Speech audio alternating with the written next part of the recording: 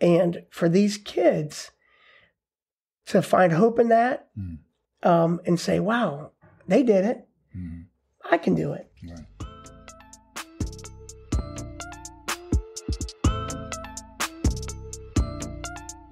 Welcome to Be a Baller Podcast, where we discuss how to build a lifelong legacy. I'm your host, Coach Tim Brown. Today, I'm excited to have in studio with me successful local business man Nate Baker of SAP Restaurant Group, Family Group. It's a family-owned and operated company here in Columbus area. And today, we'll talk about building a legacy in business. Today on the show, Nate will share his decades of experience being a successful restaurant franchise owner-operator. Nate is committed to use his resources to be a blessing to the community. Nate, welcome to the show. Welcome, Coach. Thanks for having me. Yeah, the word on the streets in Mansfield is that you were a good beatboxer back in the day. Can you drop a beat for us? Well, my wife promised me I wouldn't do that. But, just, something real quick. But, back in the day, going, huh? Used to have some fun, yeah. How was that growing up in Mansfield? I know you're from Mansfield, Ohio. How was that growing up in Mansfield? Well, I'll tell you, Mansfield in the 70s and 80s was a booming, hustling town of commerce. We had the train station. We had Tappan, Westinghouse, General Motors, the steel mill. So, I was part of something very, very special in the late 70s and 80s. And you and I have talked numerous times about what it was like growing up. Now that we're old now, considered old, everyone around you was working. Yes. And so growing up, if you weren't working, it didn't seem natural. So I watched my parents get up every morning, leave for work, and come home late in the evening time. If that meant riding a bike to work because we only had one car, then that's what my dad would do. So that was part of my childhood. Was also in the neighborhood we grew up in. Neighbors looked out for you. Yes. Parents were parents to all the kids running the streets and having fun. And we'd play backyard football, backyard baseball. We were playing in creek beds, riding bikes up and down the streets. And I've developed some lifelong friends that I'm still friends to this day with. Yeah. As I look at you now being involved in business, was that always an interest for you in high school and, growing up? How did that come about? Well, I somewhat was lost in high school, to be honest. I wasn't very good academically. It wasn't until my senior year, I went to a vocational public school, and they offered culinary arts. And my senior year, I enrolled in the program, and the minute I decided to take that jump, I instantly felt calmness. Because now I was learning things with my hands rather than having to memorize things in books. And my mom always put me in a position to cook and to learn things because they were working parents. So if it was putting the pot roast in and setting the oven at 250 because we were going to let it go longer, that's what I was comfortable. So once I walked in that kitchen and knew that I was going to be now learning instead of memorizing, it really, that was my shift towards food service. Hey there, Clark Kellogg here. Building a legacy usually involves meeting the unique needs of others and being part of something bigger than yourself. That's why I love First Merchants Bank. First Merchants believes that helping communities prosper means more than just providing banking services. It means offering accessible financial education, expanded access to home ownership, and partnerships with local nonprofits to help raise up neighborhoods and lift families out of financial hardship. For resources and tools available to you, visit www.firstmerchants.com. Member FDIC, Equal Housing Lender. Take me back to that experience. Who were some of those teachers that you remember who encouraged you? Yeah, my senior year, Mrs. Mock. Okay. She was my culinary instructor that let me into the program because typically it's a 2-year program. You have to do it your junior and senior year. They allowed me to come into it, and she got me involved with a culinary competition, and I entered that, and I became one of the national finalists. My senior year, flew to Rhode Island, competed. Come on, man. Top chef, huh? We can sit with a top chef in here, man. Out of 100 entries, I got second, which got me a scholarship to college to Johnson Wales University in Charleston, South Carolina. Huh. So you left Mansfield and went to Charleston, South Carolina. Lived in Charleston 4 years. Wow. And that's where my heart is now.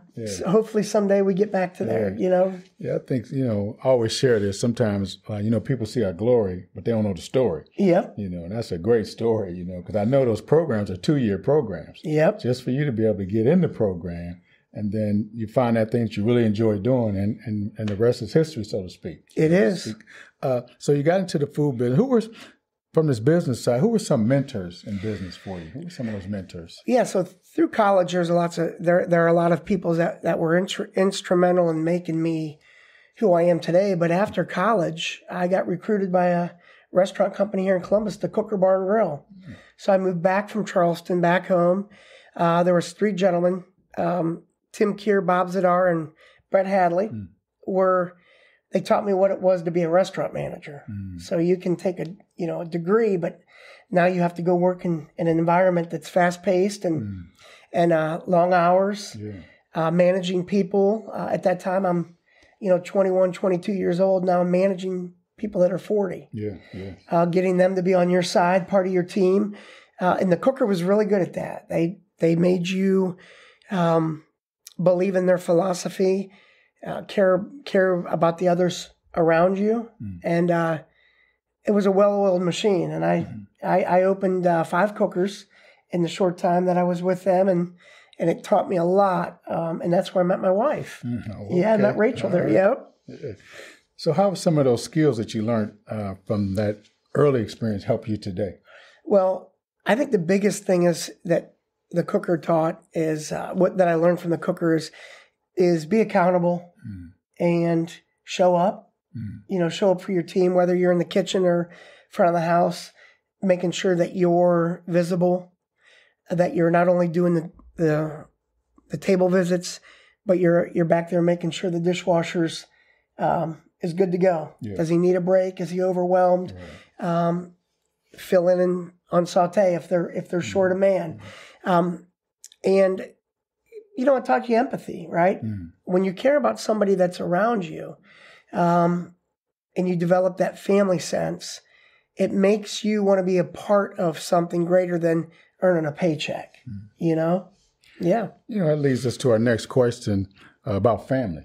Since you're a part of a family business, the SAP restaurant group with Popeyes Chickens, Qdoba Mexican Eats, opened their first store in 1999 and then 13 stores and all. Can you talk about the family business? Yeah. So, luckily enough, when I met Rachel, it just so happened her father was my father-in-law was in the food service industry. True rags to riches story. He opened his first restaurant with nothing. His backstory was he was an area supervisor for Ponderosa for many years, had that dream and ambition to have his own store of some sort. And the franchise world lent itself at that time for him to kind of get into that segment. And they opened Mr. Heroes originally, and then now into Popeyes and now into Qdoba.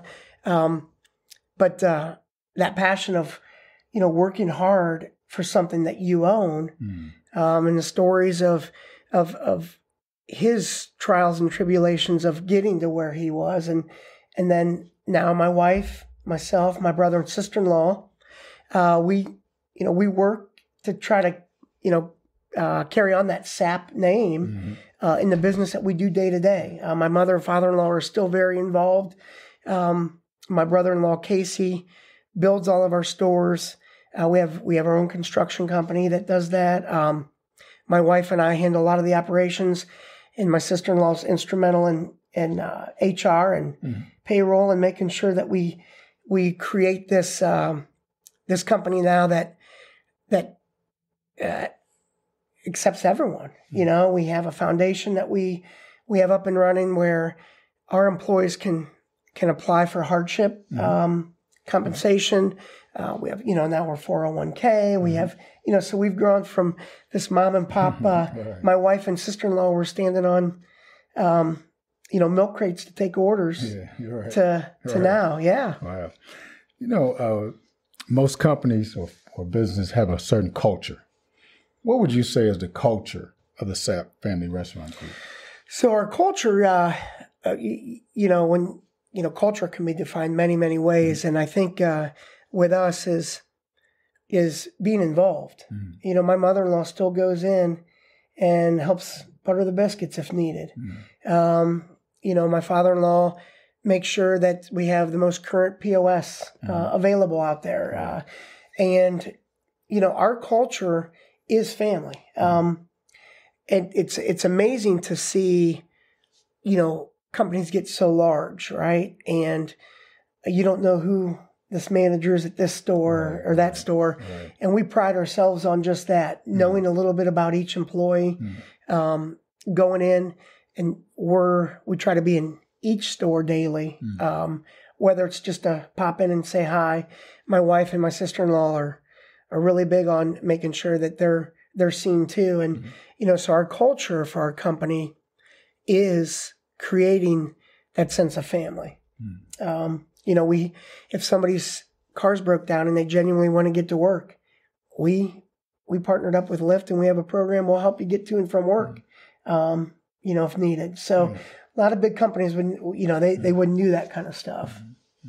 we have a lot of young entrepreneurs that listen to the podcast. What advice would you give them? Well, as we spoke on earlier, is if you feel lost, especially if it's in high school, early on in your life, find something that you're passionate about. For me, it was food. Yeah. Without culinary arts, I always joke around with my friends. I'm not sure what I would be doing, and sometimes it's uncomfortable to put yourself in a space that maybe you dream of or you want.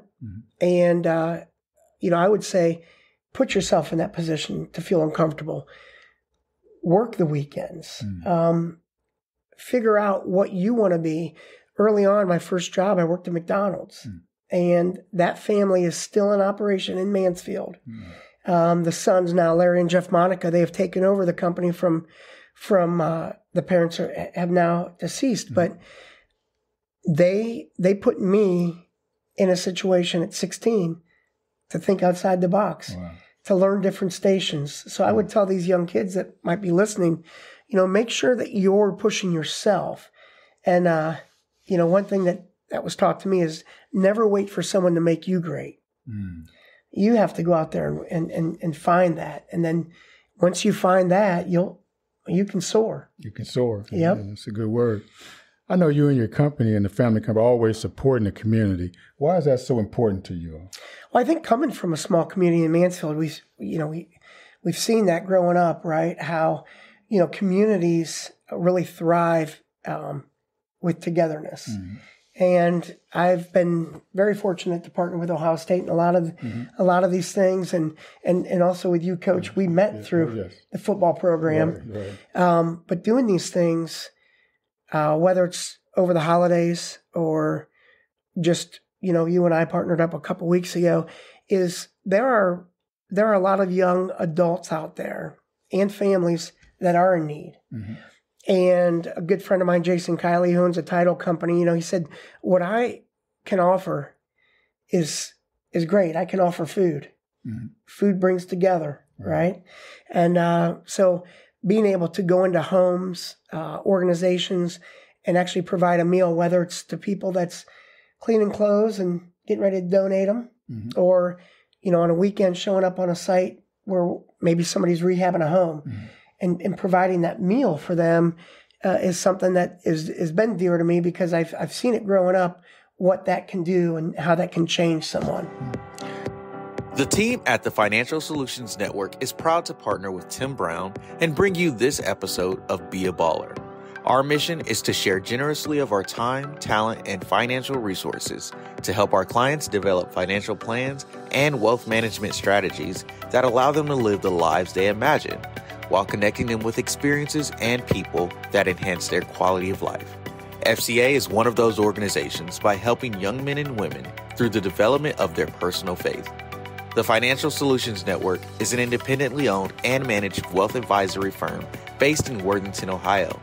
We are a multi-generational professional team of advisors with a combined 83 years of experience teaching and managing financial strategies for individuals, families, businesses, and institutions. We will be honored to help you plan your financial journey. Contact us at 614-505-3025 or visit our website at tfsn.net. We talked about this before, and you kind of hit on a little bit. And it really struck me when you talked about how food brings family together, that meal. Yes. That meal. What did you see growing up at your house that kind of... Yeah, whether it was with my parents, we always had family dinner. We tried having a family dinner, and a lot of times it wasn't, a classy, high-priced meal, but we seldom went out to eat. Mm-hmm. A lot of our meals were at home. And if it wasn't at home, it was at a friend's house, and they were having dinner. Right. And I think that having meals together it's a baseline for families. Like when we're having dinner at home, ask the kids how their day is. What happened at school. Right. I think that a lot of times when you have that, you have a connection that you create, and that's how our restaurants are. You see people come in and from 2 people to 8 people, but it's a community, right? They're sitting around each other, they're having dinner, and we can provide, food for thought to talk about it. Yes. This is a legacy podcast. We talk about building a lifelong legacy on the show. Can you talk about what does the word legacy mean to you? Well, that's a tough question, and you and I talked about it earlier. And because I think Gene stole my answer. He stole my answer. No. So I have my son Ian works for me, and he's learning the ropes, and he's 20 years old. We opened our Qdoba when he was 1, and now he's 20. Wow. And something happened to him last week that ties into legacy. Is this lady came into our new store, and she was asking where Ian was. Well, at the age of 20, he just had to have a partial knee replacement. Mm-hmm. He has degenerative knees, and it's something that, we can't help. But this lady noticed he hadn't been there. So she came in, and I told her what had happened, and she showed up yesterday with a card letting Ian know that he's going to be coming back to work. She missed him, but she goes to the South for the winter. And not to worry, she'll be back. And I told my son, you've created something there, a relationship. Yes. And I think with legacy, people talk about generational wealth. Mm-hmm. The one thing that I would hope that I leave behind is generational knowledge. Teaching my son to grow into a person that people want to remember, not because of the car they drove or the money they may have, but the person they are. And Gene said it. Everyone that's listening should want to be remembered for who they are as a person, for what they give back. And I think that as our company grows, we're in a position to do that. And having a legacy of, wow, that guy used to walk in the room and light it up with whether it's conversation. And that may seem very generic, but I think my son's starting to get that now just from that little moment of he made an impact on someone's life. So maybe someone down the road is listening. They're like, Nate told me to take that leap of faith. I'm going to try it today. Yeah. Good. That's what legacy is, Yes. What you leave behind and for the next generation. And really legacy is picking it up and running with it. Yes. Yep. Picking it up and running. And what your son has done, he didn't just do that the way he relates to us, he saw that. Yes, absolutely. He saw it in you and the staff and just the people there. Because I always tell, especially for boys, a lot of things that boys learn is not taught, it's caught. Yep. Boys, they just watch us. Yeah. But think about your son when they're little. They are watching Dad. They are watching what we do. Yep. And obviously he's caught that, and that's truly a blessing. Yes. As we kind of come around the corner, there's something I don't want to leave out, is you and your family sponsor a holiday community event for families in your hometown. Yes. Can you tell the audience why this event is so important to you, first of all, but why is it so personal to you? Yeah. So, we talked earlier about the neighborhood I grew up in, and arguably my closest friend in the world. it makes me think of my childhood. Mike Osgar, clearly my best friend in the world, owns a body shop up at Mansfield, and he stayed up there. His father, they were our neighbor. His dad started Osgar's Auto Body at a young age, and Mike took over that company, and he's grown it into something really, really big. But he is at the footsteps of our neighborhood, and we have seen that neighborhood decline over the years. And so 2 years ago, he had this idea, hey, why don't we go back into that neighborhood, our neighborhood, my backyard now, and we changed some lives, and we help some families that are in need. So there's a trailer park that just sits right off of the same woods that we ran in and played in, and these young kids now are playing in those woods. And he loads up the back of his pickup truck, and he brings a Santa Claus, and we go into that neighborhood, and this was our second year, and we provide gifts. We sing Christmas carols. We give hot cocoa, and Sean Stonerick this year with Schneider's Bakery, he donated all the cookies. And those are the kind of things we talk about, right? How do you network, and how do people jump on the bandwagon? And we spend a few hours in that community, and these little kids wait in line, and they're holding my hand, and they're waiting to talk to Santa. And in this year, Santa just so happened to be another childhood friend that said, I want to be involved. Right. And he dressed up. Right. And we had another friend come and help hand out gifts. So Mike has created now this sense of community, and everybody from his shop is on board. Yeah. They bring their families, and we sit there, and the second year, these two kids came up and said, you remember us from last year? And I said, I sure do. He goes, well, I wanted to tell you my grades are better this year. And so why it's so dear to me, Tim, is because I used to run in those streets. And for these kids to find hope in that, and say, wow, they did it. I can do it. Right. And also to have that parent shake your hands, both Mike and I, and pull us to a side, and his wife Tiffany and my wife Rachel, and say, hey, you've made a difference. And Mike's kids, Kyle and Hannah, they wrap all the presents, and it's just not going and picking a toy out. They're wrapped. Right. And they're like, what would you want from Santa this year? So it's dear to me because we have the capabilities to do it, but we actually act on it too. Yes, and we do it. And I see this really gaining tread year after year, and where it can take us. Yeah. Boy, when you talked about legacy, you just summed it up right there. And the key about what you guys are doing is something that will continue on. Yes. They won't end. We're long gone. That will still happen every year. What a blessing that is. So I want to thank you for being a part of the show today and talking about businesses and building a legacy and community service. But also I want to thank you for answering the call. Thank you for your heart. Yes. And what I mean by that is your heart to serve. God has placed you in a position to serve. My wife says this, because we can. Because we're in a position to bless others, God's placed in that position, and we're intentional about it. And so I want to thank you for your heart, and the family for their heart. Yes, absolutely. To serve. So I want to thank you for that, Nate, and for your heart to enrich the lives of others. I want to thank everyone for joining us during this informative and discussion on building a legacy in business. Hope this episode was beneficial to you. As always, thanks for listening to Be a Baller podcast. Hey, thanks for being on the show. Thanks for having me. It meant a lot. If you enjoyed our show, please share this podcast with family and friends. Be a Baller podcast is available on all major podcast stations.